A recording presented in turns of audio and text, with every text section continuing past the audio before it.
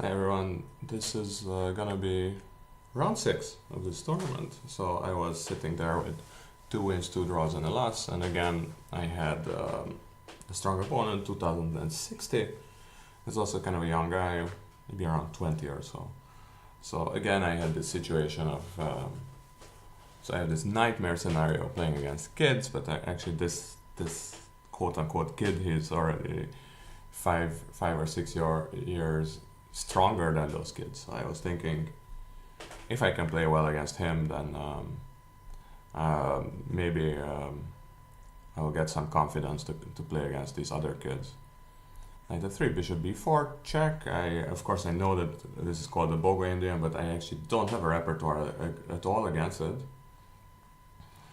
So I just played bishop d2 and I hoped it was gonna be okay. I had some vague idea that that white is playing the fianchetto here. G3, d6, bishop g2, knight bd7, castles e5, and here I was thinking, yeah, I've seen this before. Yeah, this is called this is from a book from Krzysztof Sielecki. His Chess Explained on YouTube. If you have any idea about chess on YouTube, then you will know his channel. Maybe even the biggest on YouTube, not sure. Definitely one of the oldest. I was trying to just get out of the opening here. And I wasn't prepared to let him play something like this. So I just decided to take and blockade on e4. And then he was saying that this is a little bit ridiculous. Of course, my bishop in this structure is really bad. So knight g4 castles, and now I just came back. It does look a bit stupid, I will give you that. But here what I decided to do was also a bit ridiculous. Just say, okay, well, a bishop is a bishop, whatever. Let's just keep it there. And just take away the bishop. Knight c5 he played and I just took it. Very simple stuff. Rook takes, and I moved away from the queen with the queen. So overall, what happened here in the opening, my bishop is a bit bad. He has the open a file.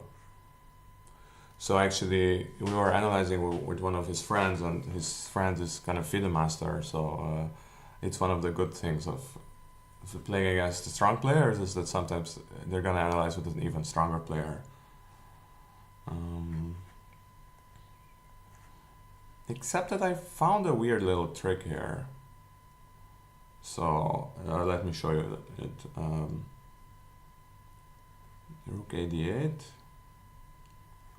Now rook a8, right? So he's directly coming here.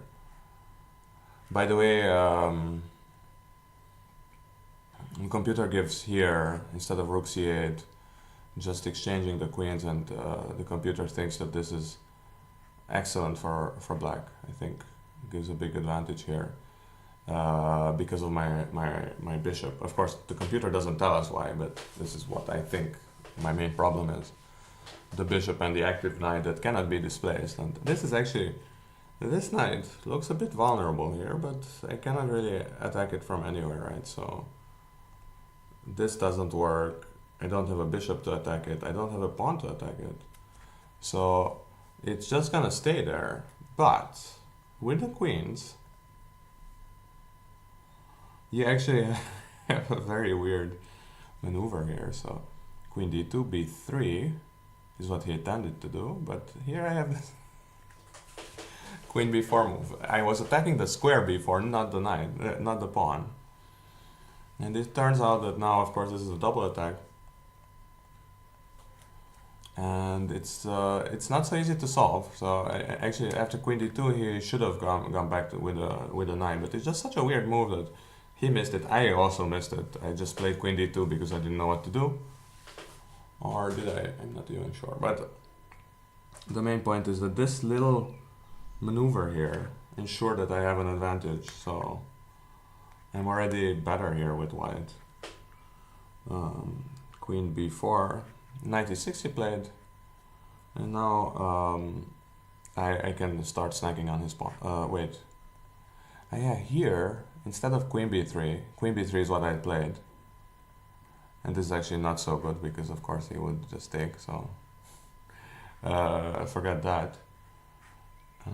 They both thought, and also the engine thought, that a takes b3 is better because this way these pawns are quite safe now. On the other hand, I'm not really taking another pawn now, so I don't know. I'm not winning another pawn. It's just gonna be these three sticking together pawns against two there, so I don't know. A b3, maybe. I thought it looks interesting with a queen because I am still attacking his pawn and stuff. So queen b3, and he played knight d4, which is very logical. And here I played one of the stupidest moves I played here, so I just need to play on. Actually, the computer doesn't see a big advantage here. A takes b3 is much better liked by him, with some compensation for him, but of course the point is that I'm gonna have some chance to attack these pawns, in which case also my bishop is gonna be activated. So I have all this kind of a funny queenside majority that is very easy to push because you don't really care that they're double or not, you know. Yeah, so a b3, so knight d4, and I thought, can't I just take this knight? Because I thought this is kind of a accelerated version of everything, but it's not so easy. Actually, the computer doesn't hate this, but soon it does. So here, he was insisting on keeping the active queen here. So something like this, and then I'm gonna have some kind of attacking chances with the bishop and the queen. And this is apparently equal. Now I was going for the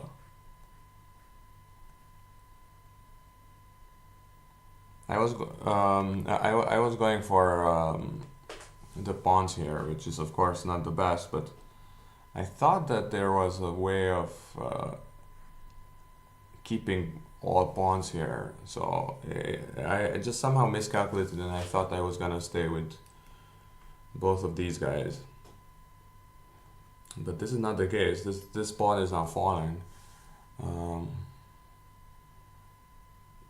There is a trick here with b3, but it doesn't really work. So I can just take this one, and now b3 is falling anyway. So just in case you're missing it, so I have this one at check, this, and then c5, attacking both of them. So yeah, but of course he wouldn't have fallen for it, so I didn't even try. Knight a2, but I thought maybe it's a draw anyway.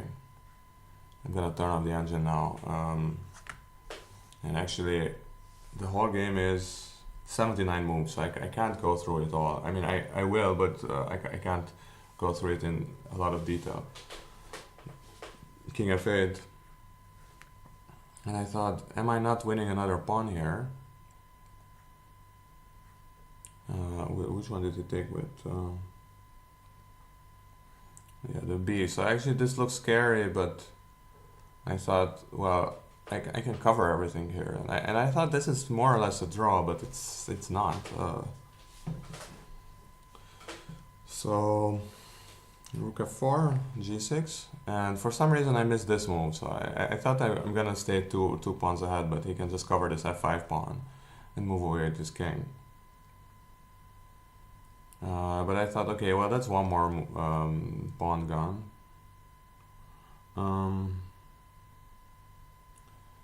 Rook f3, and I thought, well, what if I just don't do anything here? We're just kind of shuffling around. ac2.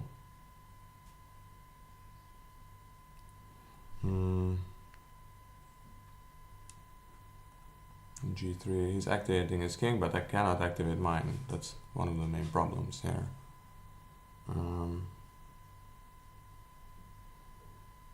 36. G2. G3, he's bringing the rook around, but it's not clear what he's doing either. H3, rook E1. And now I kind of lost it. I probably didn't need to do this, and my task would have been a lot easier if I didn't do this, but I played rook E3 check.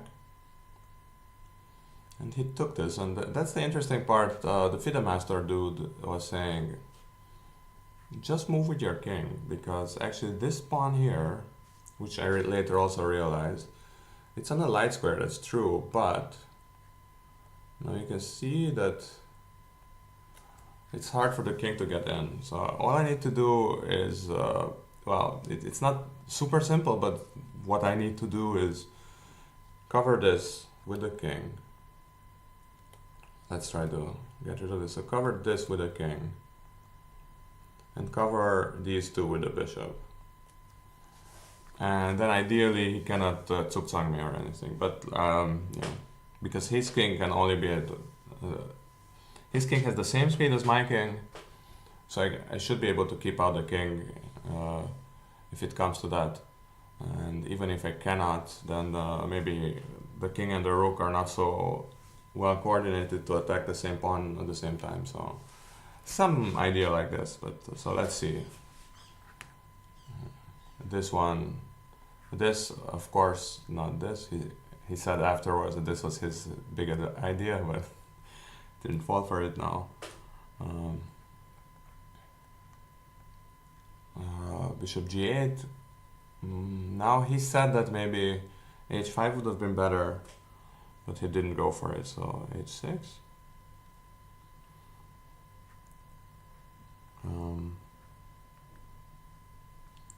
Bishop F3. Rook G7, and now I thought, well, maybe I can distract the king with this, because he needs some distraction. Oh, that's a song title, right? That's from City of Angels. But yeah, you see what I mean. Now he cannot just come and press, because every now and then I'll get a queen on C8, so like that.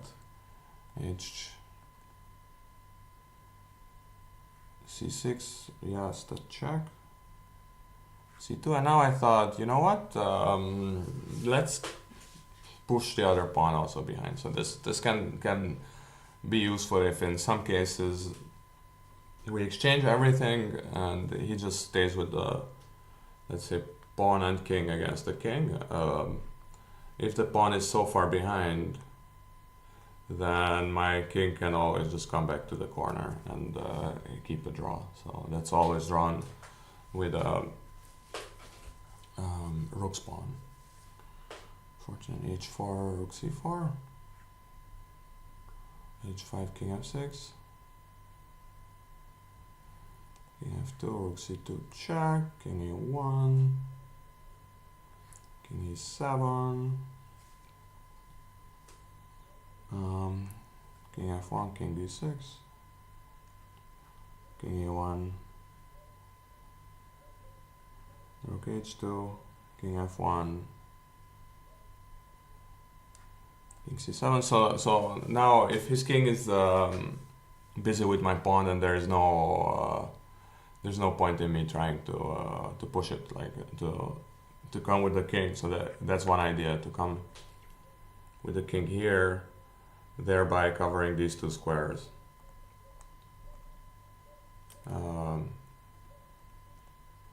So this is one of my ideas, and you'll see it in a second. King E1, king B6. Of course, without the king, he really doesn't have a choice. King F1. Where am I? 57. Rook C2. King E1. Rook b2, king f1. I don't really have too many things to say, except that this is just an easy way of protecting f2, so I don't want to allow rook f2. Unless I'm getting a queen, of course. King f1, king b5, king e1, rook c2. So now, for example, here, if he does this, if he had done this, then I have c7 and I'm getting a queen, because the king is attacking c2. So that's why I can get away with allowing rook f2, but he didn't do that, of course. It's 2060, so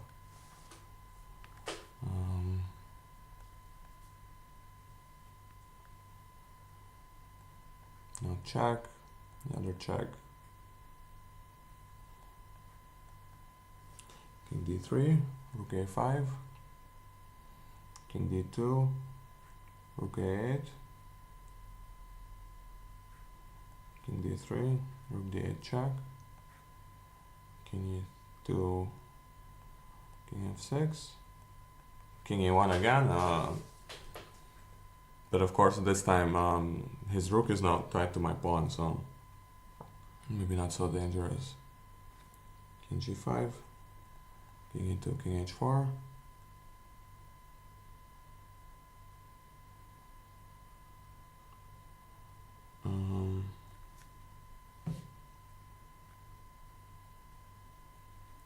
king e1, king g3. Now my bishop doesn't have too many squares, but I need to protect c6. But the h5 can only be attacked by the king for the moment.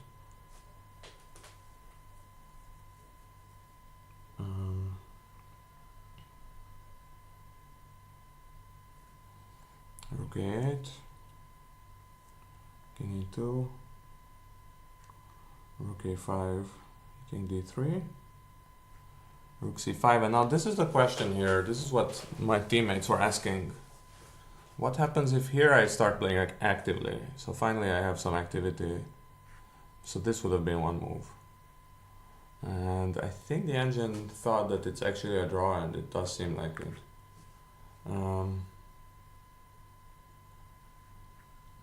But I just thought, okay, there's no point in playing actively. Let's just cover c2, cover c1, and let's do it.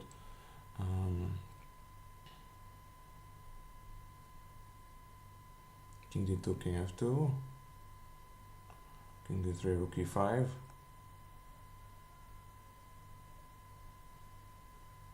king d4. Of course he cannot take, because if he takes, I'm getting a queen. Well, not a queen, but I'm getting the rook. Oh, in fact, it's a draw anyway. Yeah. It's super annoying. Yeah, that's just annoying. Yeah, because of the wrong bishop. But at least, yeah. King d4. No, sorry. So this was actually the game, except he didn't take. King d4. Rook e8, and now I finally decided to play actively. So, of course, he cannot take with the rook. Yeah, he actually took with a pawn and offered a draw here, and I think I played like one more move, but then I realized that, oh wait a second, he's just gonna take this pawn with the rook eventually, and then come with the king. So let's say, yeah, whatever I do, he's just coming to the corner.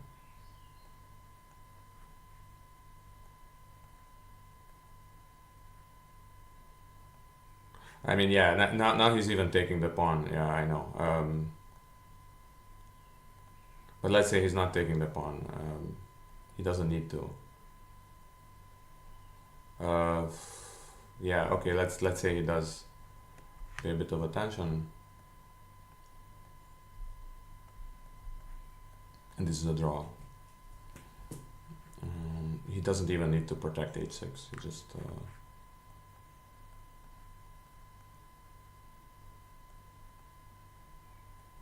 and that's the whole point. Anyway, so this is a draw. We drew. This was the third draw in a row for me. 3.5 out of 6. So the tournament looked quite nice, but yeah, there were still some adventures coming. But yeah, see you around. And just to finish on the final position, this was the final position. And yeah. Anyway, it was a fun game, pretty badly played in the beginning, but then I found this funky move and then I threw it all away, as usual. Anyway, thanks for watching, see you around.